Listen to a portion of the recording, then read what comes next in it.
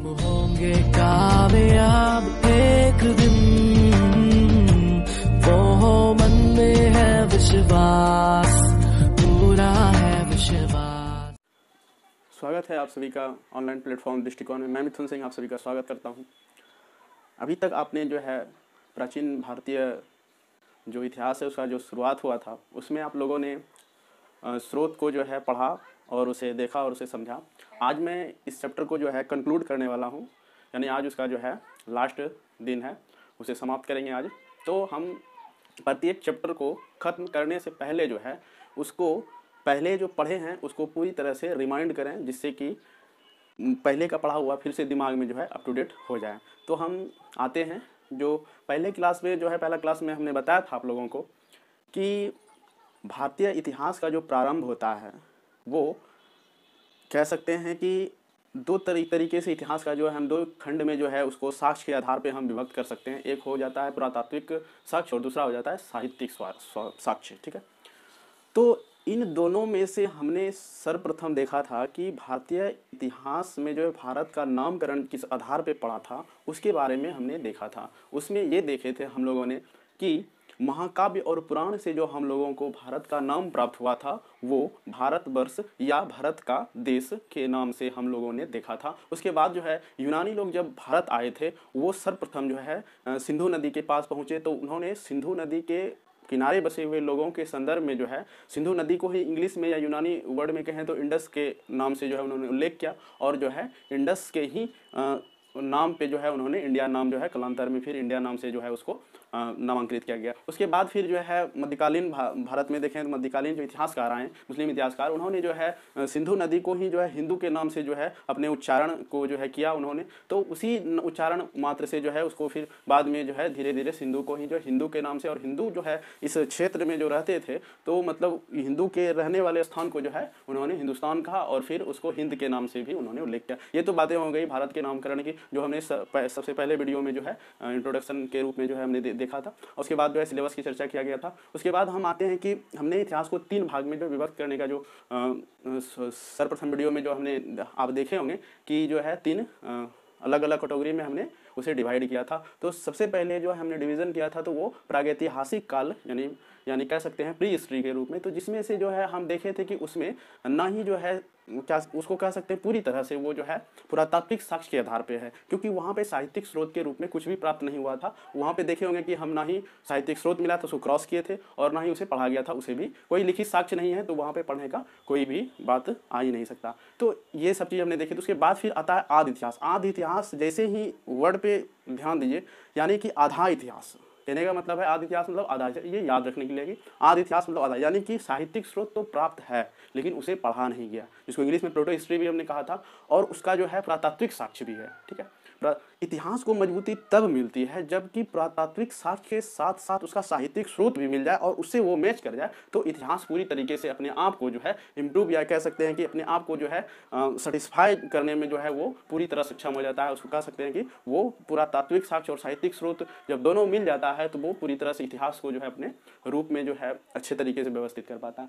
तो हम इतिहास के बारे में जब देखे थे तो वहाँ पे जो है पुरातात्विक साक्ष्य भी है और फिर जो है साहित्यिक स्रोत भी उसको लिखा भी गया है, जो लिखित स्रोत है वो उसको पढ़ा भी गया है। और आदि इतिहास में हमने देखा था कि सिर्फ जो है साहित्यिक स्रोत लिखित रूप में तो प्राप्त हैं ही, लेकिन उसे अभी तक पढ़ा नहीं गया, जिसमें से हमने देखा था सिंधु सभ्यता देखा था, जो कि कांस्य युग में जो है उसको रखा जाता है, उसको प्रोटो हिस्ट्री भी कहते हैं। और ये हो गया इतिहास की बातें, जिसमें हिस्ट्री में जो है लिखित स्रोत भी है और फिर उसका जो है पढ़ा भी गया और लिखा भी गया, ये बातें। अब आते हैं उसके बाद जो है हमने साहित्यिक स्रोत को लेकर के चलने का प्रयास किया है सबसे पहले। उसके बाद फिर जो है आज साहित्यिक स्रोत खत्म हो जाएगा। उसके बाद फिर जो है उसमें से हम देखेंगे कि साहित्यिक स्रोत के बाद उसका जो है पुरातात्विक स्रोत के भी बारे में देखेंगे, और उसके बाद इस प्राचीन भारत का जो स्रोत है वो आज इस क्लास के बाद खत्म हो जाएगा। तो हम वेद के बारे में पढ़े थे इससे पहले के क्लास में। तो वेद जो है मुख्यतः 4 प्रकार से हमने देखा था। तो उसमें से जो है ऋग्वेद, जब हम पढ़ेंगे आगे जो है कि आपका वैदिक सभ्यता में, तो ऋग्वेद को कह सकते हैं एक वैदिक सभ्यता। ठीक है, उसके बाद ऋग्वेद के बाद वाले वेद जितने भी आए, उसके बाद जो आए सामवेद आया, उसके बाद यजुर्वेद आया, उसके लास्ट में जो है अथर्ववेद आया। ये तीनों वेद जो है अंत में हम देखेंगे कि उत्तर वैदिक काल में उसको डिवीजन कर देता है। और वैदिक सभ्यता को हम देखेंगे कि उसको जो वर्टिकली डिवीजन जब हम करेंगे तो 1500 से लेकर के 1000 BC तक के आसपास को उसको जो डिवीजन करेंगे तो हम देखेंगे कि वो वैदिक काल कहलाएगा। फिर 1000 से 600 BC के आसपास जो भी उसके बीच का जो पीरियड रहेगा उसको उत्तर वैदिक काल कहेंगे, ठीक है। तो ये मतलब जब हम वैदिक सभ्यता स्टार्ट करेंगे तो वहाँ पे देखेंगे। अभी जो है कि हम वेद के बारे में चर्चा कर रहे हैं, तो हम ये ऋग्वेद के बारे में हमने कहा कि ऋग्वेद का जो उपवेद है वो आयुर्वेद है, ठीक है, और उसके पढ़ने वाले को जो है क्या कहेंगे, होत्री कहेंगे। इसको रिमाइंड करते हुए जाइए कि मतलब हाँ, किसी का यदि वीडियो छूट भी गया तो हम एक बार यदि रिकैप कर देते हैं, हर एक चैप्टर के लास्ट में यदि हम रिकैप कर देते हैं पूरी तरह से, तो माइंड में पूरी तरह से वो पहले की चीज़ पढ़े हुए जो है पूरी तरह से रिमाइंड हो जाता है। तो इसको ध्यानपूर्वक सुने या आंख बंद करके आप सुनने का प्रयास करें और उसको जो है रिमाइंड करने का पहले की चीज़ों को जो है प्रयास करें, जैसे कि हम करने का कोशिश करेंगे। तो जैसे कि ऋग्वेद की ही हम बात करें तो ऋग्वेद में हमने देखा कि आयुर्वेद उसके उपवेद को कहें, उसके पढ़ने वाले को होत्री कहें, यानी पाठककर्ता को। उसमें से हम देखे थे कि ऋचाओं के का जो है क्रमबद्ध जो है संग्रह जो किया गया था उसी को हमने ऋग्वेद कहा था। और ऋग्वेद में जो है हम देखे थे 10 मंडल, यानी मंडल को यहाँ पे अध्याय के रूप में हम देख सकते हैं, कह सकते हैं। और उसके बाद 1028 सूक्त था, 1028 सूक्त का मतलब श्लोक कह सकते हैं। उसके बाद 10,462 ऋचाएँ थी जिसको मंत्र के रूप में हम कह सकते हैं कि वो संकलन है। ये सारा चीज़ जो है ऋग्वेद में ही संकलित है और वही चीज़ से जो है हम लोगों को बहुत सारा चीज़ का पता चलता है। वही एक स्रोत है, ऋग्वेद ही सबसे प्राचीनतम स्रोत माना जाता है, जिससे कि बहुत सारी चीज़ों को जो है इतिहास में मतलब उस स्रोत को माना जाता है। जैसे उसमें जो 10 मंडल है जो अध्याय के रूप में, तो उसमें बहुत सारी जो है चीज़ें जो है उस मंडल से ही निकलता है। तो ये सारा चीज़ इसमें ऋग्वेद में है। और जब देखेंगे आर्यों का जो है ऐतिहासिक और ये सांस्कृतिक जितने भी साक्ष्य है तो वो सारा का सारा हमको ऋग्वेद से प्राप्त होगा। और इसमें जो है आप ये कह सकते हैं कि ऋग्वेद जो है हमारा सबसे पहला और प्राचीन मतलब कि वेद में से एक है। और सबसे बाद का जो वेद हमने कहा था वो अथर्ववेद है। तो हम इसको सीरीज में भी याद रख सकते हैं, सबसे पहले ऋग्वेद है, उसके बाद सामवेद है, उसके बाद यजुर्वेद है, उसके बाद अथर्ववेद है। तो हम ये तो ऋग्वेद की बातें हो गई। अब आते हैं सामवेद पे। सामवेद जो है कि जैसा यही जितने भी ऋग्वेद में जो संकलन किया गया है ऋचाओं को क्रमबद्ध, उसी को सिर्फ उसमें जो है गायन के रूप में प्रस्तुत किया गया है। उन्हीं ऋचाओं को, उन्हीं सारे श्लोक को जो है गाने के रूप में उसी में जो है कहते हैं ना कि जैसे पिक्चर वगैरह किसी सॉन्ग को आप ले लेते हैं तो कोई बनाता कोई है, ठीक है, उसका जो है लेखक कोई रहता है, उसके बाद उसमें स्वर कोई देता है, उसके बाद म्यूजिक धुन कोई देता है, बस उसी को ध्यान में रखना है, ठीक है। लिखने का कार्य कहाँ पे हुआ है, सारा संग्रह कहाँ हुआ है, तो ऋग्वेद में हुआ है, ठीक है। उसके बाद की बातें यदि हम करें तो उनको जो है एक तरीके से कहिए कि गाने का जो है सुर जो दिया गया है, ठीक है, वो कहाँ पे मिलता है आपको, सामवेद में, जो कि सारे गामा पद निशा यहीं से निकलता है और उसको जो है भारतीय संगीत का जनक भी कहा गया था। तो हम ये समझ चुके हैं कि सामवेद जो है पूरी तरह से संगीत वाला वेद इसको हम कह सकते हैं। और इसके जो है उपवेद जो है इसका गंधर्व वेद हो जाता है और फिर इसको पढ़ने वाले को उद्गात्री या कहीं कहीं पे उद्गाता भी लिखा हुआ मिलेगा। तो ये मतलब बात हो गई आपका सामवेद की। अब आते हैं यजुर्वेद पे। यजुर्वेद जो है आपका इसका जो है धनुर्वेद उपवेद हो जाता है, ठीक है। धनुर्वेद उपवेद हो गया और इसके पढ़ने वाले को अगरवयु कहते हैं, ठीक है। इसके पढ़ने वाले पाठककर्ता को अगरवयु कहेंगे। और ये जो है इसका जो संकलन इसको कहते हैं ना स्वर दिया गया। जैसे मान लेते हैं कि ये आपका तीसरा मंडल में है सावित्री जो है ना, जो मतलब सूर्य को समर्पित है, ओम भूर्भुवः गायत्री मंत्र जैसे है। तीसरे मंडल में जैसे है ओम भूर्भुवः स्वः तत्सवितुर्वरेण्यं। तो ये जो इस तरीके का लयबद्ध किया गया है, तो ये जो दिया गया है वो किसमें जाके, यजुर्वेद में, ठीक है। इसको गद और पद दोनों के रूप में संकलित किया गया है यजुर्वेद को, ठीक। इस चीज़ को मतलब अच्छे तरीके से ध्यान से सुन करके इसको समझने का प्रयास करें, कभी भी दिमाग से नहीं निकलेगा। तो उसके बाद इस तरीके से इसको संकलित और इसमें स्वर दिया गया पाठ को जो, अब जैसे बलि पशु बलि सभी है उसमें मंत्रोच्चारण होता है ना।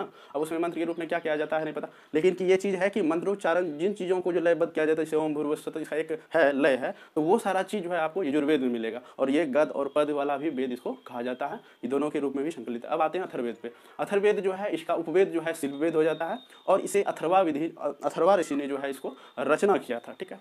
तो इसको जो है मतलब इसको जादू टोना टोटका प्रेम विवाह वशीभूत ये वो जितने भी चीज़ हैं मतलब कह सकते हैं एक तरीके से टोना जादू टोना टोटका जितने भी मतलब सामाजिक बुराई के रूप में आज जो हम देखते हैं वो सारा का सारा जो है अंधविश्वास का चीज़ जो है कहाँ भरा पड़ा है, अथर्ववेद में भरा पड़ा है, ठीक है। जो सबसे बाद में मतलब आयुर्वेद, और उसको जो है कौन लिखे हैं, अथर्वा ऋषि के द्वारा जो इसको लिखा गया। और सर्वप्रथम जो उल्लेख मिलता है, जैसे मान लेते हैं गन्ना का उल्लेख मिलता है, चांदी का उल्लेख मिलता है, तो सबसे पहले वहीं से मतलब कहा जाता है कि उस वेद से जो है सबसे पहले उल्लेख मिलता है, ठीक है। तो ये सारी बातें मतलब इसका हो गया वेद का।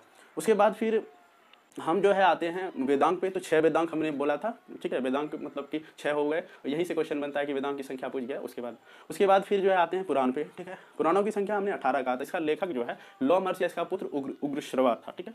और इस 18 पुराण में से 5 पुराण जो है हमने कहा था कि इंपॉर्टेंट है, क्योंकि इन्हीं पाँचों जो है कह सकते हैं कि इन 5 पुराण से ही है जो राजा का वंशावली का जो साक्ष्य प्राप्त होता है। इसी 5 जो है मतलब पुराणों से प्राप्त होता है। ठीक है, तो इन पांचों पुराणों में भी जो 3 पुराण सबसे इंपॉर्टेंट है, जो कि हम लोग मौर्य वंश के बारे में पढ़ते हैं, गुप्त वंश के बारे में पढ़ते हैं, आन सातवाहन के बारे में पढ़ते हैं, जो कि पूरी तरह से प्राचीन भारतीय इतिहास का जो है कह सकते हैं धुरी है। ठीक है, कि सबसे ज़्यादा यदि मतलब पढ़ते हैं किसके बारे में, तो मौर्य साम्राज्य के बारे में, गुप्ता के बारे में या आन सातवाहन के बारे में, जिसको पढ़ते हैं। तो इसलिए ये तीनों बहुत इंपॉर्टेंट, और इसको याद रखने का भी हमने तरीका बताया था। क्या बताया था, याद होगा कि मत्स्य पुराण सबसे प्राचीनतम पुराण है। क्यों? क्योंकि मछली मतलब कह सकते हैं कि आप लोगों को पता ही है कि सबसे पहले जो है जलीय जीवों की ही उत्पत्ति हुई थी, तो और वो जलीय जीव में से मत्स्य मतलब मछली। ठीक है, मत्स्य मतलब मछली, और सबसे प्राचीन पुराण भी जो है मछली हो गया, मतलब मत्स्य पुराण हो गया। ठीक है, और हमने कहा था कि मत्स्य मतलब मछली जो है, एक अंधरा मछली भी पाया जाता है, तो अंधरा मछली मतलब आंध्र सातवाहन। ठीक है, इस तरीके से याद रखना है, इस तरीके से इसको जो है कोरिलेट करने का मतलब दिमाग में एक रीजनिंग की तरह जो है अपने दिमाग में उसको सजाने का प्रयास करेंगे। आंध्र सातवाहन मतलब अंधरा मछली को, मछली मतलब मत्स्य पुराण। ठीक, ऐसे याद रखना है। तो फिर मतलब आंध्र सातवाहन का जो हम लोगों को साक्ष्य या हम लोगों को स्रोत मिलता है, वो कहाँ से मिलता है, मत्स्य पुराण से। ठीक है, और इसे सबसे प्राचीन पुराण भी कहते हैं। अब आते हैं उसके बाद फिर जो है वायु पुराण के बारे में हमने कहा था, वायु जो है गुप्त होता है, इसलिए गुप्त वंश का पता चलता है कहाँ से, वायु पुराण से। उसके बाद हमने कहा था कि विष्णु का अवतार कह सकते हैं चंद्रगुप्त मौर्य को, तो मौर्य वंश का जो है साक्ष्य या स्रोत जो है हम लोगों को कहाँ से प्राप्त होता है, वो आपका कहाँ से प्राप्त होगा, विष्णु पुराण से। ठीक है, उसके बाद हमने ब्राह्मण पुराण भी देखा, उसके बाद भागवत पुराण भी देखा। ठीक है, ये पांचों पुराणों से जो है हम लोगों को राजा का वंशावली का पता चलता है। उसके बाद हमने जो है कुछ साहित्यिक स्रोतों के बारे में जो है बात किए थे, जिसमें से कि जो है 2 प्रमुख साहित्य जो कि इंपॉर्टेंट हो जाता है, जैसे कि बौद्ध साहित्य हो गया और उसके बाद जैन साहित्य हो गया। जिसमें बौद्ध साहित्य के बारे में हमने देखा था कि 10 से भी ज़्यादा, जैसे अभिधम्म पिटक हो गया, सूत पिटक हो गया, उसके बाद फिर आपका ये महावंश हो गया, दीपवंश हो गया, इस तरीके का जो है हमने देखा था कि 10 से भी ज़्यादा जो है साहित्यिक स्रोत हमारे बौद्ध साहित्य से आता है। उसके बाद फिर जैन साहित्य से हमने देखा था कि जिसमें सूत्र लगा हुआ था, जैसे कि कल्प सूत्र है, उसके बाद भगवती सूत्र है, उसके बाद फिर अचरांग सूत्र था। इस तरीके का जो सूत्र पीछे में लगा हुआ था वो कहाँ से था, जैन साहित्य से था। ये तो हो गई पूरी तरीके से जो पहले का चीज़ें पढ़े हुए थे उसके संदर्भ में। अब आज से क्लास जो है आगे उससे आगे बढ़ता है, जिसमें से कि हम प्रमुख स्रोत में जब देखेंगे तो उसमें से कुछ इंपॉर्टेंट फैक्ट के साथ हम देखेंगे कि देशी लेखक के साथ साथ विदेशी जो यात्रीगण आए थे और उन्होंने जो लिखा हमारे मतलब देश के इतिहास का जो उन्होंने संकलन किया उसके बारे में जानेंगे, और ये पूरी तरह से फैक्ट पे आधारित है और उसको किस तरह से हम लोग याद रखेंगे इसे भी देखेंगे। तो आइए मतलब देखते हैं प्रमुख स्रोत में जो है, जैसे स्त्री की सर्वाधिक गिरी हुई स्थिति जो है मैत्रेयी संहिता से प्राप्त होता है। ठीक है, कि इसमें जो है चर्चा किया, इसमें दिखाया गया था कि स्त्री का जो सर्वाधिक गिरी हुई स्थिति मैत्रेयी संहिता में मतलब ये उल्लेखित है। अब जब जैसे क्या है कि स्त्री को पुरुष का जो अर्धांगिनी कहा गया है वो शतपथ ब्राह्मण में क्या कहा गया है कि स्त्री को पुरुष का अर्धांगिनी कहा गया है। ठीक है, इसी से मतलब प्राप्त होता है शतपथ ब्राह्मण से। उसके बाद प्राचीनतम स्मृति ग्रंथ में सबसे जो है प्राचीनतम स्मृति मनुस्मृति माना जाता है, जो शुंग काल में थे, जो पुष्यमित्र इसका संस्थापक था। ठीक है, शुंग वंश का। तो उसके बाद फिर ये नारद स्मृति है जो गुप्त काल से रिलेटेड है। ठीक है, यहाँ से प्रश्न बनते हैं सिर्फ इंपॉर्टेंट चीज़ों की, यहाँ से मतलब जो भी चीज़ कलेक्शन किया हुआ है लगभग क्वेश्चन आपका 98% जो है लगभग यहाँ से मैच करेगा। ठीक है, उसके बाद जो है बुद्ध की पूर्व जन्म की जो कहानी है वो जातक में संकलित है। ठीक है, यहीं से प्राप्त होता है, बुद्ध की जो पूर्व जन्म का जो कहानी मतलब लिखा गया वो जातक में है, और हीनयान का प्रमुख ग्रंथ जो है वो कथा वस्तु है। ठीक है, उसके बाद जैन साहित्य को आगम कहा जाता है। ठीक है, ये सारा फैक्ट, इसमें कोई कॉन्सेप्ट नहीं, इसको याद ही रखना होगा। ठीक है, दूसरा कोई विकल्प नहीं। उसके बाद जैन धर्म का जो प्रारंभिक इतिहास है वो कल्प सूत्र से प्राप्त होता है। हमने कहा था कि अंत में जो है सूत्र लगा हुआ है, तो वो एग्जाम में कंफ्यूज नहीं होना है कि कौन सा धर्म से है या कौन सा मतलब जैन धर्म है कि बौद्ध धर्म है, उसको कंफ्यूज नहीं होना है क्योंकि सूत्र लगा हुआ है, तुरंत जान जाएंगे जैन धर्म से। उसके बाद महावीर का जो है जीवन कृत्य, जैसे महावीर है तो जैन धर्म से रिलेटेड है, 24वें तीर्थंकर थे, आप लोग को पता है। तो इसमें जो है भगवती सूत्र से जो है इसका मतलब प्राप्त होता है कि महावीर का जन्म जो है किससे मिलता है, भगवती सूत्र से। उसके बाद संस्कृत साहित्य का जो ऐतिहासिक घटना का सर्वप्रथम जो है क्रमबद्ध लिखने का प्रयास किया था, जैसे बार बार हम पहले भी क्लास में चर्चा किए थे, क्योंकि बहुत ज़्यादा इंपॉर्टेंट देता है राजतरंगिणी का कलहन, क्योंकि यही सबसे पहले संस्कृत साहित्य में जो है उसका जो ऐतिहासिक घटना घटा है भारत में, तो उसमें से जो है सबसे ज़्यादा उल्लेख जो है कश्मीर के इतिहास से किया गया है। ठीक है, इसको ये भी याद रखना है, कश्मीर के इतिहास और इसका लेखक जो है कलहन है। ठीक है ना, तो ये सब मतलब बातें जो है बहुत जो है इंपॉर्टेंट फैक्ट के अंतर्गत हमने रखने का प्रयास किया। ठीक है, इसको ध्यान में रखेंगे। उसके बाद फिर जो है देसी लेखक और उसके पुस्तक को हम यदि लिखने का प्रयास करें तो उसमें सबसे पहले जो है मौर्य वंश का जो है कह सकते हैं कि मौर्य वंश का कह सकते हैं कि सूत्रधार एक तरीके से, कि मौर्य वंश को बनाने में सबसे बड़ा योगदान जिन व्यक्ति का रहा वो कौटिल्य का रहा, विष्णुगुप्त कह सकते हैं उसी का नाम है, चाणक्य भी उसी का नाम है। तो अर्थशास्त्र जो है उसका पुस्तक है और ये राजनीति पे आधारित है, ठीक है। कहीं पर भी कंफ्यूज नहीं होना कि अर्थशास्त्र देखें इकोनॉमिक्स है तो कहीं ना कहीं जो है आप चले जाइएगा फाइनेंशियल चीज़ पे, तो नहीं जाना है। ये राजनीति पे आधारित, ठीक है। राज व्यवस्था किस तरीके से हो वो मौर्य काल में किस तरीके की राजनीति, ये सारा। तो अष्टाध्यायी जो है संस्कृत भाषा का व्याकरण, मतलब पहला व्याकरण है संस्कृत जिसको पाणिनि ने लिखा है, ठीक है। पाणिनि उसके लेखक है। महाभाष्य जो है शुंग के इतिहास के बारे में बताता है जिसका लेखक पतंजलि है। और ये पतंजलि किसके समय में था, ये शुंग वंश के समय था, पुष्यमित्र शुंग के समय, ठीक है। ये सारा चीज याद रखना है। अब यहाँ पे कंफ्यूजन या कंट्राडिक्ट करने का जो है यहाँ पे बहुत संभावना हो जाता है। महाभाष्य और महाविभाष्य ये दोनों अलग पुस्तक है, ठीक है। महाभाष्य जो है शुंग वंश के समय पतंजलि ने लिखा था, ठीक है। और महाविभाष जो है वसुमित्र लिखे थे, ठीक है। और ये जो है बौद्ध धर्म से रिलेटेड है महाविभाष, ठीक है। ये पुस्तक इसमें बुद्ध के बारे में मतलब चर्चा किया गया है, ठीक है। तो ये वसुमित्र ने लिखा था, ठीक है। ये दोनों ध्यान देना है कि महाभाष्य और महाविभाष, ठीक है, ये दोनों अलग अलग पुस्तक है जिसका लेखक भी अलग अलग है। महाभाष्य भाष्य लगा हुआ है तो पतंजलि, और फिर भाष्य सिर्फ लिखा हुआ है महाविभाष, विभाष लगा हुआ है तो वसुमित्र वो, ठीक है। इसको देखिए विभाष मतलब वसुमित्र, ठीक है। तो इस तरीके से इसको, और हाल जो अब इसके कुछ जो है राजा सब भी जो है लिखे हैं, मतलब कुछ साहित्य वगैरह, तो उसमें से जो इम्पोर्टेंट है जैसे हाल जो सातवाहन वंश से बिलोंग करते थे उसका जो है गाथा सप्तशती उन्होंने लिखा था, ठीक है। क्या लिखा था पुस्तक, गाथा सप्तशती। और महेंद्र वर्मन का जो है, ये यहाँ से बहुत बार क्वेश्चन बहुत जगह जो आपको मिलेगा, महेंद्र वर्मन जो पल्लव वंश से थे वो लिखे थे मत विलास प्रहसन, ये इंपॉर्टेंट हो जाता है, बहुत बार क्वेश्चन पूछा गया है। महेंद्र वर्मन जो है जिसका पुस्तक का नाम है मत विलास प्रहसन, ठीक है।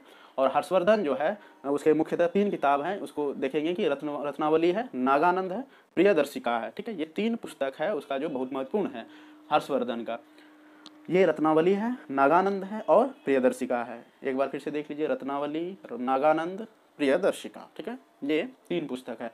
उसमें से फिर सोमेश्वर जो है वो भी राजा थे चालुक्य के समय का, ठीक है। और वो मानसोल्लास लिखे हुए थे, मानसोल्लास, ठीक है। मानसोल्लास, एक हर्षोल्लास होता है, ये मानसोल्लास हुआ, ठीक है। मानसोल्लास मतलब इसका पुस्तक है, ये लिखे थे, ये मतलब ज़्यादा इंपॉर्टेंट, लेकिन हाँ ये 3 से क्वेश्चन आता है, ठीक है। उसके बाद हम देखें विदेशी यात्री या वो जो लेखक के रूप में आए विदेशी यात्री, तो उसमें सबसे पहले जो है इंडिका बहुत ज़्यादा इंपॉर्टेंट है, जिसमें मौर्य युग के मतलब समाज और संस्कृति के बारे में उन्होंने जो है चर्चा किया था, ठीक है। तो उसका लेखक कौन है, मेगास्थनीज, जो कि सेल्यूकस निकेटर का राजदूत था, ठीक है। और सेल्यूकस निकेटर कौन थे, सेल्यूकस निकेटर थे आपका सिकंदर का सेनापति। कौन सा सेनापति, मुख्य सेनापति का सेनापति, एक निर्याकस था जो जल सेनापति था, वो सब बाद में देखें।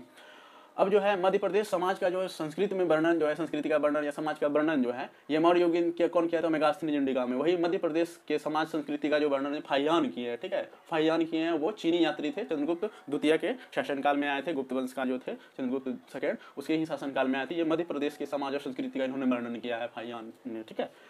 उसके बाद हर्षवर्धन के शासनकाल में जो आए हुए इंसान, यहाँ से भी बहुत बार क्वेश्चन आता है, और ये 629 ईस्वी में आए थे, ठीक है। यहाँ से भी प्रश्न बनता है, 629 ईस्वी में आए थे हुएनसांग, और इसका जो भ्रमण वृत्तांत है वो सीयूकी में संकलित है। किसमें है, सीयूकी में संकलित है भ्रमण वृत्तांत। और ये कब आए थे, 629 ईस्वी में आए थे हुएनसांग। किसके शासनकाल में, तो हर्षवर्धन के शासनकाल में। हौसे हर्ष हौसे हुएनसांग, ठीक है, हौसे हर्ष हौसे हुएनसांग, इस तरह याद रखना। इस समय जो है नालंदा का कुलपति कौन थे, ये भी प्रश्न पूछा जाता है, आचार्य शीलभद्र थे, ठीक है, आचार्य शीलभद्र थे। और उसके बाद फिर अब आते हैं कि मतलब मध्यकालीन भारत की तरफ आते हैं, ठीक है। ये तो प्राचीन भारत में थे। हम कलेक्शन जो किए हैं जिस तरीके से आया हुआ है उसके हिसाब से हमने सजाने का प्रयास किया, ठीक है। इन बातों को भी ध्यान में रखिएगा, तो मतलब चीज़ें जो है बेहतर ढंग से दिमाग में व्यवस्थित होगी, ठीक है। तो उसके बाद मध्यकालीन भारत में हम प्रवेश करें तो किताब उल हिंद या तहकीक हिंद या भारत की खोज, ठीक है, ये सारा नाम एक ही है। और इसको कौन लिखा था, तो अलबरूनी लिखे थे, ठीक है। और ये किसके साथ आया था, किसके साथ आया था, आप कमेंट में बताएंगे, ठीक है। आप लोग जो है कि किस तरीके का क्लास चल रहा है, किस तरीके का क्लास चलना चाहिए, ये दोनों बातें आप जो है हमको ज़रूर अवगत कराएं, अपने कमेंट में अपने विचारों को रखें, जिससे कि हमको पता चले कि हम किस तरीके से अपने क्लास को जो है आगे बढ़ाएं या किन चीज़ों में सुधार की ज़रूरत है, इन सब चीज़ों का पता। क्योंकि अपने आप में हर एक व्यक्ति 100% सही होता है, जब तक कि उसको तब तक समझ में नहीं आता है जब तक कि उसे सामने वाला कोई कहे नहीं कि आप सही है या सही चल रहे हैं या गलत चल रहे हैं, ठीक है। इसलिए आप लोगों से ये विनम्र निवेदन है कि आप अपना राय जरूर दें, ठीक है, जिससे कि हमको और चीज़ों में इम्प्रूवमेंट करने का जो है एक प्रोत्साहन मिलेगा, ठीक। तो अलबरूनी जो है किसके शासनकाल में किसके साथ आए थे, ठीक है, इसको कमेंट बॉक्स में जरूर बताइएगा।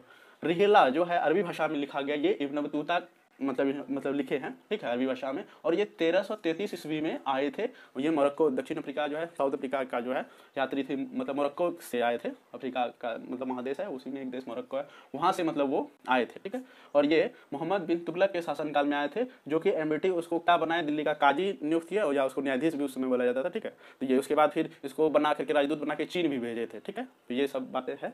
उसके बाद कयंगुर तथा तयंगुर, तारानाथ जो है इसका लेखक है, ठीक है। कयंगुर तथा तयंगुर का जो है तारानाथ लेखक है। स्वप्न वासवदता का लेखक कौन है, तो भास है, ठीक है। स्वप्न वासवदता का लेखक कौन है, भास।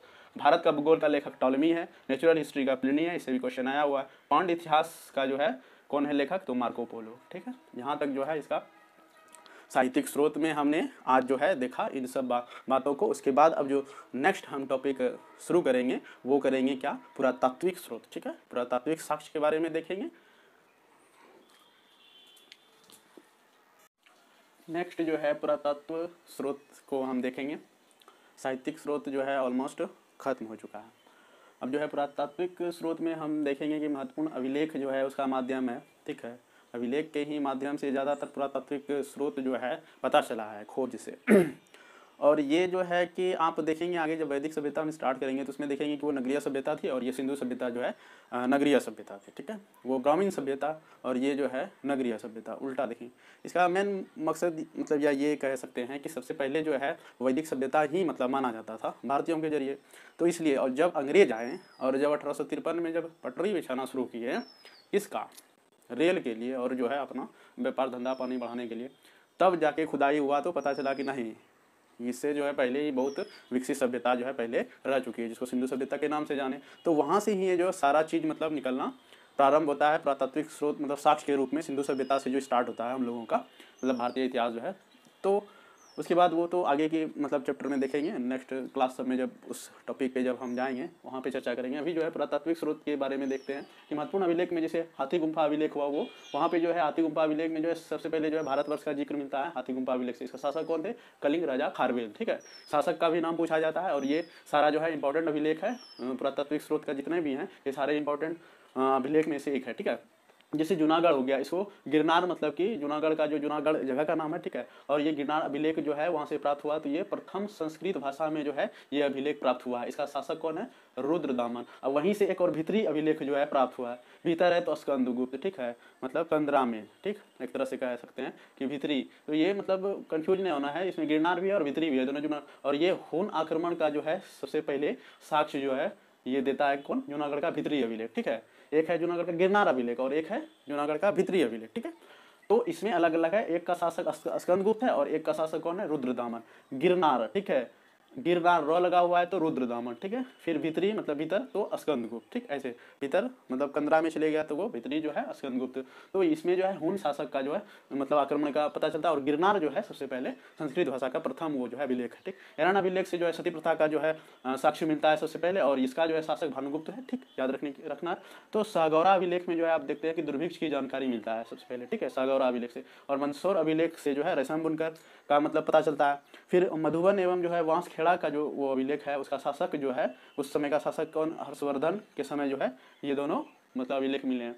और नासिक अभिलेख जो है कब मिला है, तो गौतमी बलश्री जिस समय शासक था उस समय मतलब ये शासक के समय का जो है ये नासिक अभिलेख है। फिर प्रयाग स्तंभ के समय शासक कौन थे, तो समुद्रगुप्त। फिर ऐहोल अभिलेख जो है मतलब जो उसका शासक है वो पुलकेशिन द्वितीय है। मंदसौर अभिलेख जो कि मालवा नरेश यशोवर्मन के समय का है। फिर ग्वालियर जो है प्रतिहार नरेश भोज के समय का है। ये सारा मतलब इस शासक के समय का ये सारा अभिलेख है, ठीक है। और इसके शासक का नाम भी याद रखना है। और देवपाड़ा जैसे बंगाल शासक विजयसेन के समय, तो उस तरीके से ये सारा जो है महत्वपूर्ण अभिलेख होता है जो साहित्यिक स्रोत के साथ साथ जो है पुरातात्विक स्रोत का जो है हम इन मतलब देखे अभी मतलब इस तरीके का है ये आपका पुरातात्विक स्रोत अभिलेख के द्वारा, ठीक है। अब इसको जो है कुछ फैक्ट है जो फैक्ट के बारे में भी हम देखते हैं।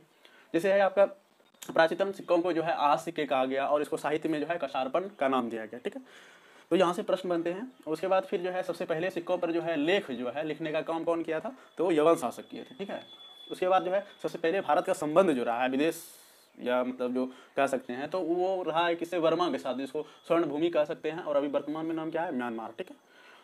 और उसके बाद जो अभिलेख है उसका जो है उस अभिलेख का जो है लिपि वगैरह इस तरीके का, जैसे कि प्राकृत लिपि है सबसे प्राचीन कह सकते हैं, यही प्राकृत लिपि है।